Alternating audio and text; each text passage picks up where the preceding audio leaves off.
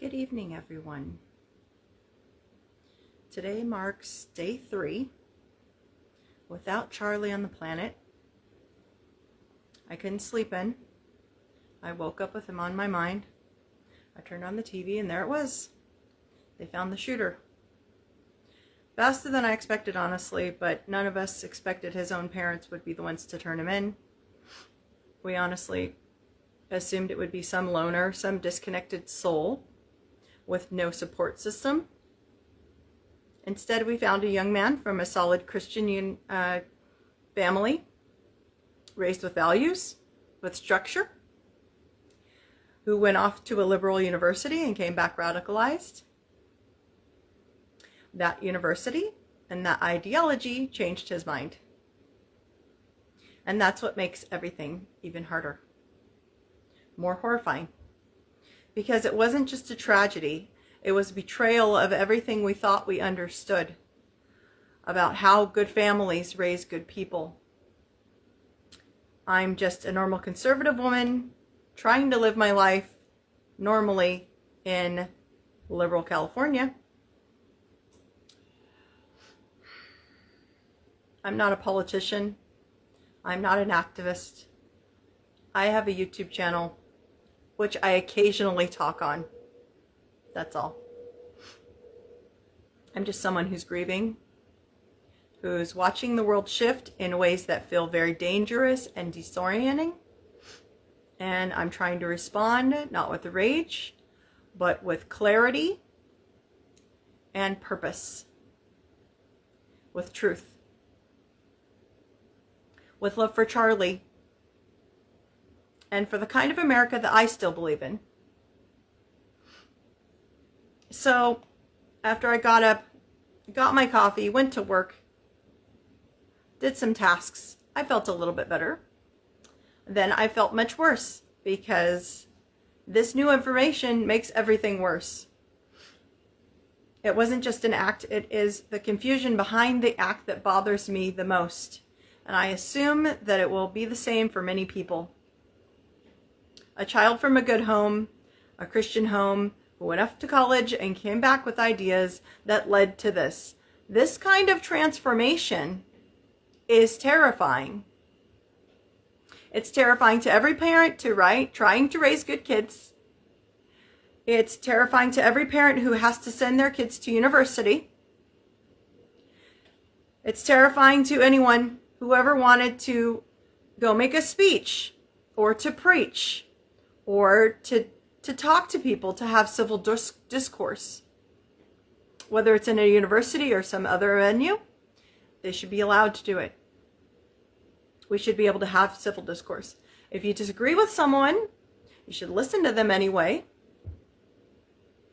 And then you consider that maybe you might not know everything. Maybe they have something to offer you. Maybe they have something to say that might be something useful that you could use in your life. That's what young people used to think. That's what I thought as a young person. I did not assume that I knew everything in a university.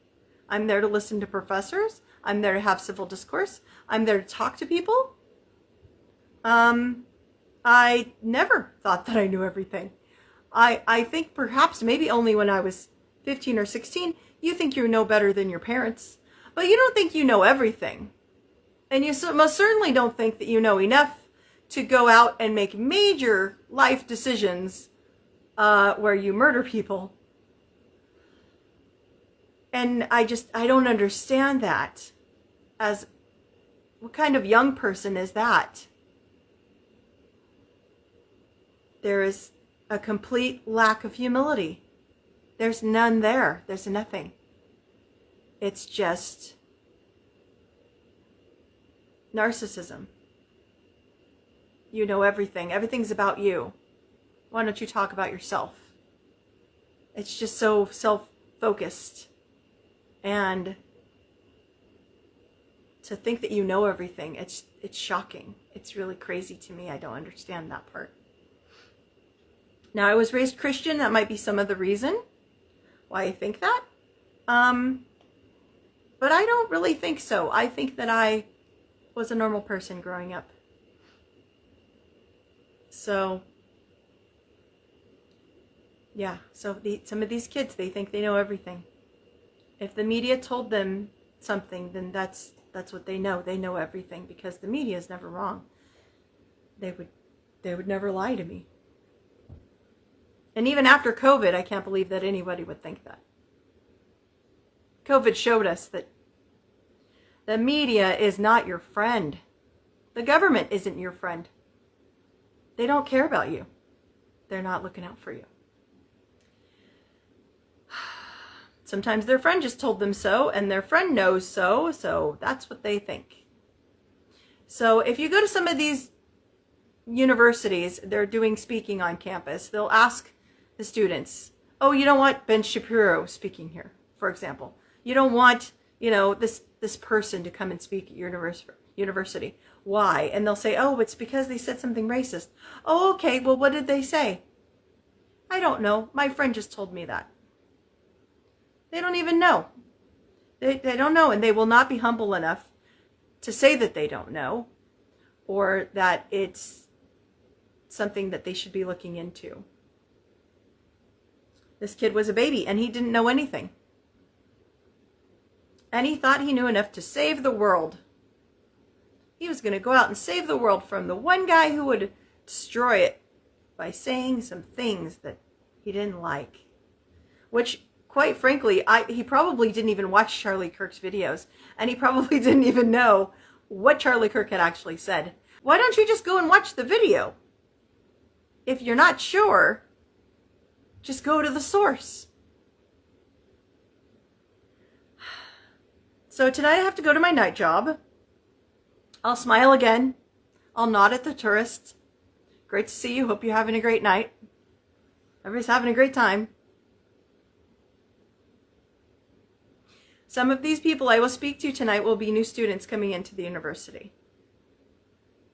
So I, on a regular basis, have discussions with these students coming in. And I'm always caught by how amazingly brilliant these kids are. Most of them, even if they don't think their parents know everything, they will listen to me. They'll listen to anyone that has an opinion, that sounds intelligent or interesting, that might have had some life experience. They are normal in my mind. These are normal children that come into the university as freshmen. These kids, they know they don't know everything. And even if they won't listen to their parents, they often listen to me. I give them life advice. I help explain to them that the important things in university are joining clubs, sorority or fraternity, joining the Christian club, going out to do the country dancing. We have country dancing here. They love it.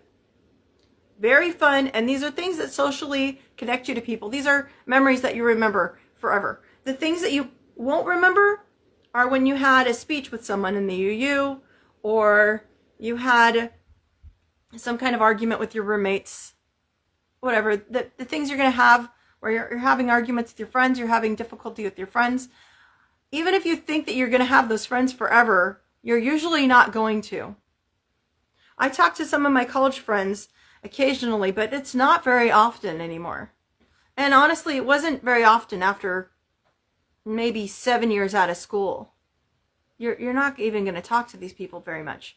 What the people you are going to talk to are people that are in a club, sorority, fraternity. People that have reunions are people that you actually talk to again, that you're actually going to communicate with.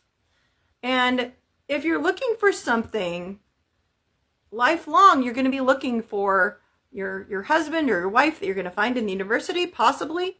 You don't have to find them there. You can always find them later. But don't be afraid. If you find someone that you want to be with at 19 years old, don't break up with them. Just let it follow its course. Marry that person if you're supposed to marry that person. I didn't do that. I was full of myself. I thought I don't need to settle down yet. I waited later, and then I had, less choices. So it's a life decision, but it's something that's okay. If you are 18 or 19 and you find the person you're supposed to be with, go ahead and be with that person. Go ahead and do it. Don't be afraid. I was afraid. Don't be afraid. This is advice that I give the college students. If they know what they're doing, or they have a life choice that they want to pursue some like major that's not their main major, then they should be doing that. They should be chasing not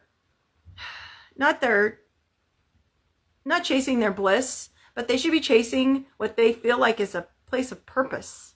If you find purpose in something, then change your major. Do the other thing that you think is more interesting than your actual major. My major is psychology, and I work 3 jobs now with a bachelor's degree, because everyone has a psychology degree or an English degree or a civil arts degree. Everyone has these, and it doesn't make any difference in my world. I live in a very small community, so I don't have a lot of choices on jobs here. But I work very hard, and I do sales, and I've always done sales because I'm good at talking to people, and that's not something that I was ever good at. I was always really bad. I made really bad choices. I insulted people all the time when I was young. I didn't know how to speak to people. This is a skill that I had to acquire, train myself on, and grow with time. I had some very good teachers in the sales industry. Vrio, you guys taught me a lot. I learned a lot from the hotel industry, where I worked in hotels, and I had to be the most kind and honest and understanding person on the planet. Hospitality will teach you how to be patient and understanding. Also, having children will teach you how to be patient, understanding, and more patient than anything. So, I will just finish this off by saying that this didn't have to happen. And we all know that. And it didn't have to happen to Charlie.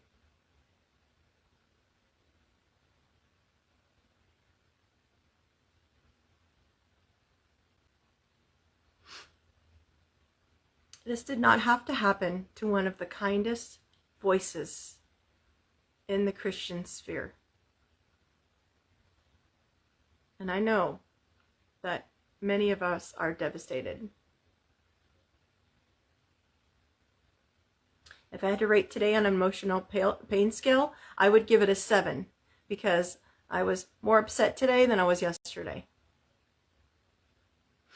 Because I know more now, and it's more upsetting.